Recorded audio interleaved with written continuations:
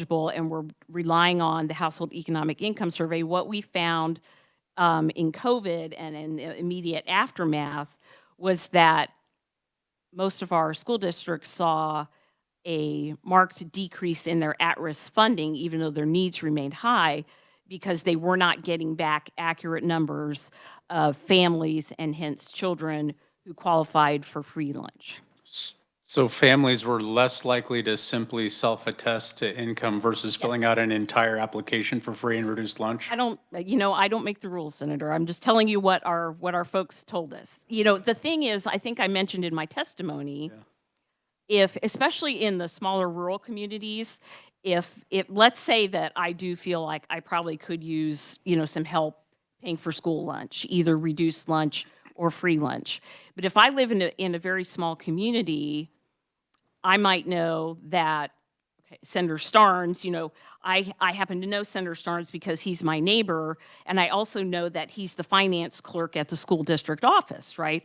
And so I'm either concerned or I know that Senator Starnes, my neighbor, is going to be looking at this application and he's going to say, oh, wow, Leah's family can't afford to feed their kids. And that's a real shame-inducing thing for most people, and especially, as I said, in a small community where everybody knows each other. And so we're not here to criticize CEP or anything like that. The problem is that the way this bill is written, it's a substantial decrease in our at-risk funding. And if you want to talk about changing how we fund at-risk, Madam Chair, that is something that the Education Funding Task Force has done quite a bit of work on and will continue to do so. So we need to set that aside and not mix in this bill that claims to be doing good, but is actually hurting our districts and the very kids that not only qualify for free lunch, but also need at-risk services. That was kind of long and involved. Sorry about that. Yeah, and I'm trying to understand the psychology of being willing to fill out a free and reduced lunch application versus a self-attestation of income on a I understand survey. that, Senator, but that's psychology. You and I are privileged, right? We are, as far as I can tell, middle-class white people, and it's not something that we have to worry about. But for many of the families in Kansas, it is something that they have to be concerned about. So I appreciate that. I'm just telling you what our districts told us. Okay. Senator Hill. Thank you, Madam Chair. Sorry, it took me a minute to get my mic there. This is for me here. Yeah, I'll just, since you're standing there, kind of question I have been thinking about as we talk about free and reduced lunch is, what is the total number of kids that qualify for that? Oh gosh, I don't know that, but I would imagine KSDE would. I thought Dr. Harwood was going to be here, so I don't have that data in front of me, and unfortunately I don't have the ability to phone a friend. But yeah, and something that's interesting to me is you are kind of focusing on the at-risk money here. Yes, I am. But that's not the purpose of the free and reduced lunch program. I understand that, sir, but the way this bill is written, it requires us to focus on unreliable and undercounted data. And as the result of the way our school funding formula is written, this bill hurts at-risk funding. This has nothing to do, Senator, respectfully, pardon me for pounding my pen on this has nothing to do with free or reduced lunch and the quality of the programs or the meals. Our opposition to this bill is based on the fact that the bill as written reduces at-risk funding for Kansas children at a time when we are underfunded for special ed. This bill will force us to likely make up funding from our general fund or increase prices for families who pay for school meals. That is why we are here today in opposition to this bill. It is not to debate free meals and whether they're good or not. Hey, I think it's a little bit disingenuine to say that you're here to question the accuracy of identification of free and reduced lunch children. I mean, we had a study that showed that the accuracy is pitiful at best. You know, I mean, I didn't hear you being upset then that we might be over-identifying. I think I think you and I both should want accuracy in those numbers. And I question the idea that someone would divulge information for some nefarious purpose when everybody knows who, I mean, everybody in the school system knows who's on free and reduced lunch already, don't they? I hope not. I don't, you know, that's not my business if I'm a teacher. You know, we're there to serve all. May I respond to a few things, Madam Chair? Is that okay? What we're talking about here is our opposition to this bill is the piece about the household income survey, which is not as accurate as we need it to be to indicate the need for at-risk, okay? If you are talking about the audit, is that what you were talking about with concerns about the numbers? Remember that Auditor Zimmerman noted that her audit only addressed, what was it, like the 16% of people who don't directly certify? And so of that small number, there was some question. So, and actually we did raise some concerns about that audit at the time, Senator. So I appreciate the conversation. I don't think you're going to move me off of our opposition to this because of the impact that it has on at-risk funding and the way our school funding formula is written at this time. If this bill is enacted as it is written right now, our schools will lose money next year. I certainly don't disagree with the idea that at-risk funding is improperly allocated. I absolutely agree with your assertion of that, and I think we definitely need to be more accurate in our at-risk funding, because I don't think every child whose parents are poor is at risk. I think that's probably true, and we see that there are many middle and upper class children who are at risk as well for different reasons, right? And so we know that free lunch status is an imperfect indicator, as we've heard many times in this committee. The question, the conundrum is that as the school finance law is currently written, that is what we are using as the proxy for at-risk funding. Okay, so we can go around and around about this and about the audit, and the fact remains that if we want to talk about whether free lunch is an appropriate proxy for at-risk funding, that is something that should happen in the Education Funding Task Force. And I see that people are laughing at me, so I hope you're enjoying that. But that is not what is happening in this bill. This bill was written by organizations that have never run a school district. They have no experience with that, and this may be good intentioned, but it cuts our at-risk funding, and that is why we are here in opposition to this bill. Okay.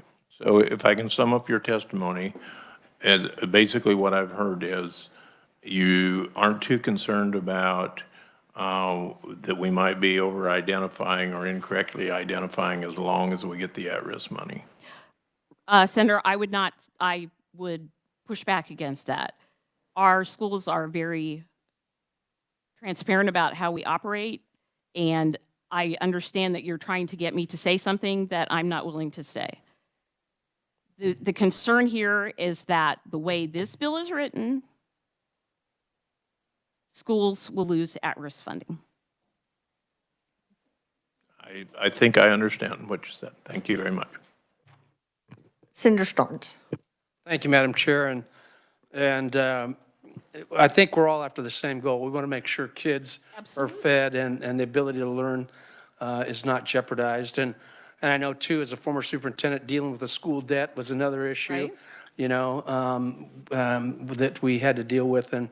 And you are correct that there are some families that aren't willing to, even though they have the debt amount, and dealing with that. But my question is, I guess, and for maybe some of the others that are the proponent, but the school districts are not required to participate in this if this would pass, correct? Well, it says that they are urged, let's see, requires them to consider participation, and that is true. But let me give some Yeah, I'd like- context if I can. And I thought Dr. Harwood was going to be here to address some of that. Okay, there's Dr. Harwood. So Dr. Harwood's able deputy, Gabby, is here. It's true that there are school districts that qualify for the CEP program, and that is because they have 25% of their families, children, who qualify for free lunch. However, in most cases, in order for those school districts to be able to afford to provide this CEP for those kids, they have to have 63% participation for that to be fiscally sustainable. You know, as a former superintendent, that that's a challenge, and that is where we have our concerns. And I mean, if I may, could I ask Ms. Hull to come up, because I thought KSD had some testimony, so I Yeah, don't want to. if there was testimony submitted, but at this point, we're going to keep moving. So did you get your Did I question? answer your question? I'm sorry. I think I may have gotten. Senator Starnes, did you get your question answered? Yes, I think so. Yeah, thank you. Thank you for the question. Senator Shane. Thank you, Madam Chair. Senator Hill, I just had an answer for your question. So in the 25-26 school year, out of the state's 471,334 students, 226,371 qualified for free or reduced lunch. That's 48%. So That's free and reduced, though. Free lunch is what we use to determine at risk. Ms. Flatter, if you would, yeah, so Please so wait, the called upon. so the free lunch number would be 193,076 or 41%. So there are at-risk funds provided for 41% of Kansas students. Senator Sykes. Thank you. So based on that, I would like the reference, if you could give us send that to the committee where you're getting that. Senator Shane. That comes directly from Kansas Data Central, the KSD's data resource. Okay.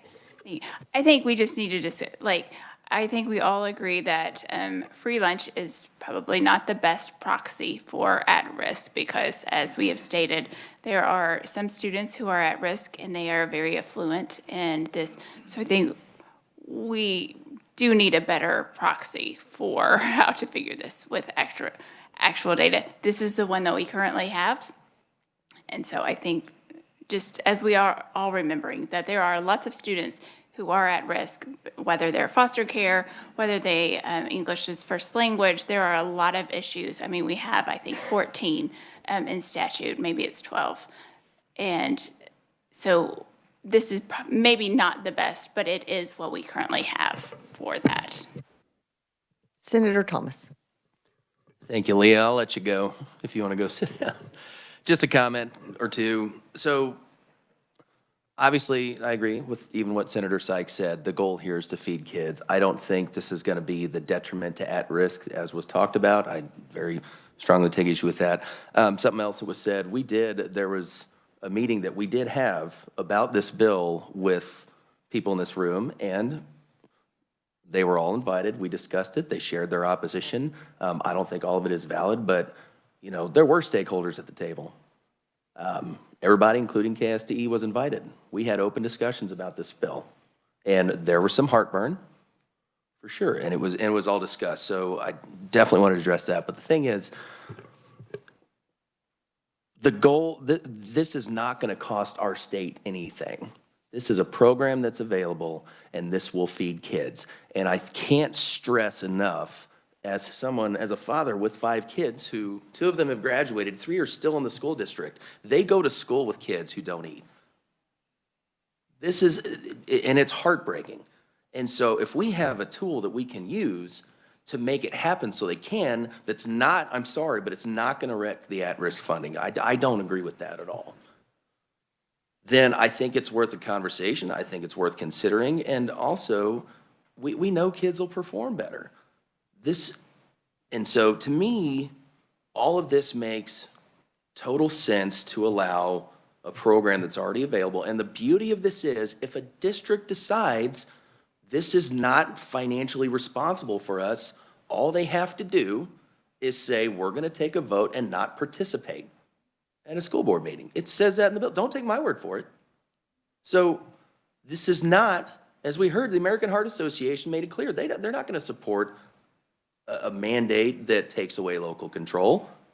The control still lies with the district. They already report free and reduced lunch and free lunch, unless I'm seriously mistaken. So this idea that they're going to have to create these new numbers and these new reports, I just don't believe that to be true, Madam Chair, to be honest with you. If they don't want to participate, they take the vote and they decide we don't want to participate. That's it. And so you heard it even from opposition. They are required to consider. That's all. So let's put it on the districts to decide, do we want to feed all our kids or feed more kids using funds that are available through a federal program that costs the state nothing, or do we not? And if they decide not to, what changes for that district? Absolutely nothing. And if they do, more kids get fed. So at the end of the day, yes, there might be other ways to get through this, to get more kids fed, but this is, as Senator Sykes said, the tool in front of us, and I think it's a very good one that still allows that local control. So thank you, Madam Chair. Final word, Senator Arkwright.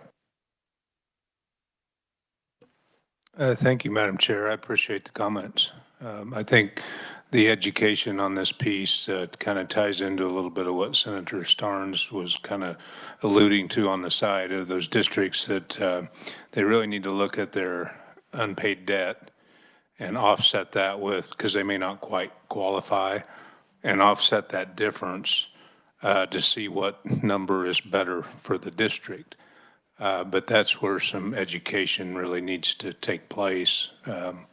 I do think there's ways to assess at risk personally from experience. I don't know that people around this table might like it, but it actually would relate to the services that are rendered, because not all kids that get at-risk services are even funded. So there's a different offset there that I've always worried about. So I think there's even options at that when that time is right. So I do appreciate your comments. Thank you. Okay, thank you to our conferees and to the committee for their questions and comments. With that, we will close the hearing on Senate Bill 438. We will now turn our attention to Working House Bill 2468, and we will begin with a review from our reviser, Tamara Lawrence. Thank you, Madam Chair. House Bill 2468 would provide that the state of Kansas elects to participate in the federal tax credit for individual contributions to scholarship granting organizations. The bill would also increase the aggregate tax credit limit on the tax credit for low-income student scholarship program. Thank you, Tamara. Any questions for the reviser on this bill? Seeing none, we will open it up to the will of the committee, and I will begin with an amendment.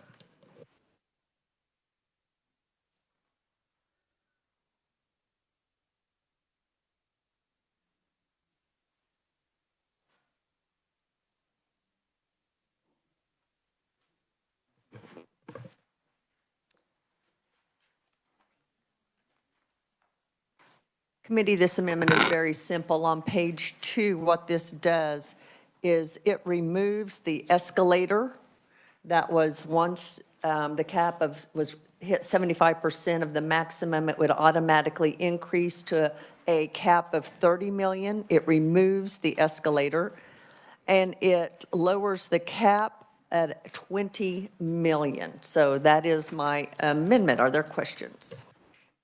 Senator Shane. Can you just quickly walk us through kind of that functional change by eliminating the escalator? What that functionally means for the bill, for the program? Currently, the program does not have an escalator. They have a $10 million cap. So this is just basically not adding that to the program and then raising the cap to 20 million, which they're used to operating underneath a cap. Does that answer your question, Senator? Any other questions? Seeing none, I move my amendment. Do I have a second? Seconded by Senator Thomas. Any further discussion? Seeing none, all in favor, say aye. Aye. Opposed, no? No. The amendment is carried. Committee, what else? What is the will of the committee on this bill? Are there any other amendments? Senator Thomas. Madam Chair, I move we pass out House Bill 2468. Who do we appreciate? Favorably as amended.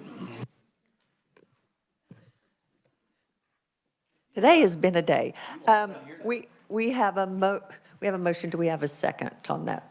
Seconded by Senator Murphy. Further discussion on the motion. Seeing none, all in favor, say aye. Aye. Opposed, no? No. Motion passes. Committee, that concludes our work for today. Appreciate it. We are adjourned.